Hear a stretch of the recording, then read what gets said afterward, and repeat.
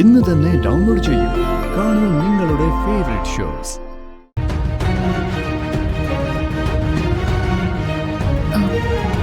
ഞാൻ പ്രിയങ്കയെ സമാധാനിപ്പിക്കായിരുന്നു. ഞാൻ കേട്ടു. നീ വളരെ ഭംഗിയായിട്ട് സംസാരിച്ചു. ഒരാളുടെ നേട്ടം മറ്റൊരാളുടെ നഷ്ടമാണെന്ന് നീ പറഞ്ഞതും ഞാൻ കേട്ടു. നീ എന്തോ വലിയ ത്യാഗം ചെയ്യുന്ന പോലെയാണല്ലോ പറയുന്നത്. അനുജിത്തിയുടെ ഭർത്താവിനെ പിടിച്ചെടുക്കാൻ ശ്രമിക്കുക, എന്നിട്ട് വിട്ടുകൊടുക്കേണ്ടി വരുമ്പോ നിന്റെ വേദനയെക്കുറിച്ച് സംസാരിക്കുക. എന്തിനാടി ഇങ്ങനെ നാണം കെട്ട് ജീവിക്കുന്നേ? ഞാനിനി എന്താ ചെയ്യേണ്ടത്?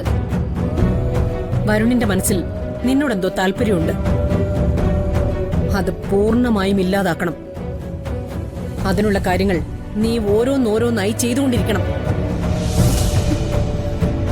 ഞാനത് നോക്കിക്കൊള്ളാം അമ്മേ. ഒരിക്കലും ഇങ്ങോട്ടേക്ക് വരാതിരിക്കാൻ ശ്രമിക്കുകയും ചെയ്യാം. അപ്പൊ പിന്നെ എളുപ്പമായല്ലോ.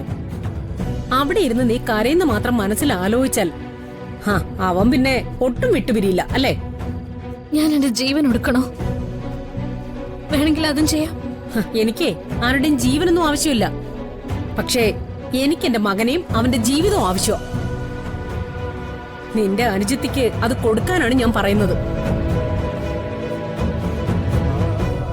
എന്തൊക്കെ നന്മയാണോ വരുൺ നിന്നിൽ കണ്ടത്, അതൊക്കെ തെറ്റായിരുന്നു എന്ന് അവന് തോന്നണം. അവൻ നിന്നിൽ കണ്ട നല്ല ഗുണങ്ങളൊക്കെ അവനെ സ്വാധീനിക്കാൻ വേണ്ടി കരുതിക്കൂട്ടി നീ ചെയ്തുണ്ടാക്കിയതായിട്ട് അവന് തോന്നണം. അങ്ങനെ പെരുമാറാനാ ഞാൻ പറഞ്ഞത്. നിന്നെ എടുത്തു വളർത്തിയ അച്ഛനും അമ്മയും മരിക്കാതിരിക്കാൻ വേണ്ടി എന്ത് ചെയ്യാൻ നീ തയ്യാറാണെന്ന് പറഞ്ഞില്ലേ? ആറ്റുവാശ്ശേരി പോലെ തന്നെയാ കണിമംഗലവും. ഇവിടെ ഒരു കൂട്ടമരണം നടക്കാൻ പാടില്ല. നെഞ്ചു പൊട്ടി ആളുകൾ വീണു പോകാനും പാടില്ല. എന്ത് വേണമെന്ന് നീ തീരുമാനിച്ചോ?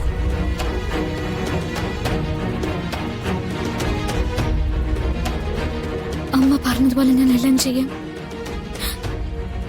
എന്നെ കൊണ്ടാവുന്ന പോലെ ഒക്കെ ഞാൻ ചെയ്യാം. എന്നിട്ട് ഞാൻ തോറ്റുപോയ ആറ്റോ ശരിക്കും കണിമംഗലത്തിനു വേണ്ടി ഞാൻ എന്റെ ജീവൻ തന്നെ വിടിയ.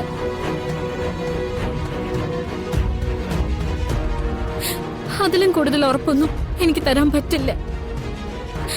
അതിൽ കൂടി ഒരു വലിപ്പവും രാധികയ്ക്കില്ല അമ്മ.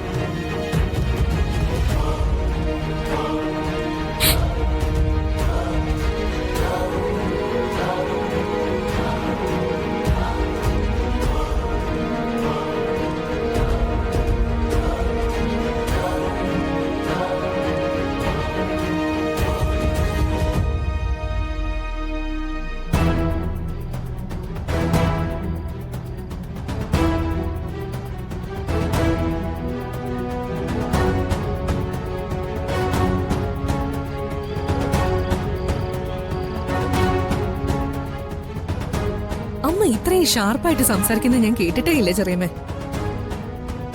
ഇനിയിപ്പോ രാധിക ജീവൻ വെടിയൊന്ന് പറഞ്ഞാ പോലും അമ്മയുടെ മനസ്സലിയില്ല. കൽപ്പനെ, കാത്തിരുന്ന് കാത്തിരുന്ന് നമുക്ക് വീണ് കിട്ടിയ കാര്യമായത്. ഇത് നമ്മൾ എങ്ങനെ ഉപയോഗിക്കുമെന്നതനുസരിച്ചിരിക്കും കണിമംഗലം നമ്മുടെ കയ്യിലെത്തുന്നത്.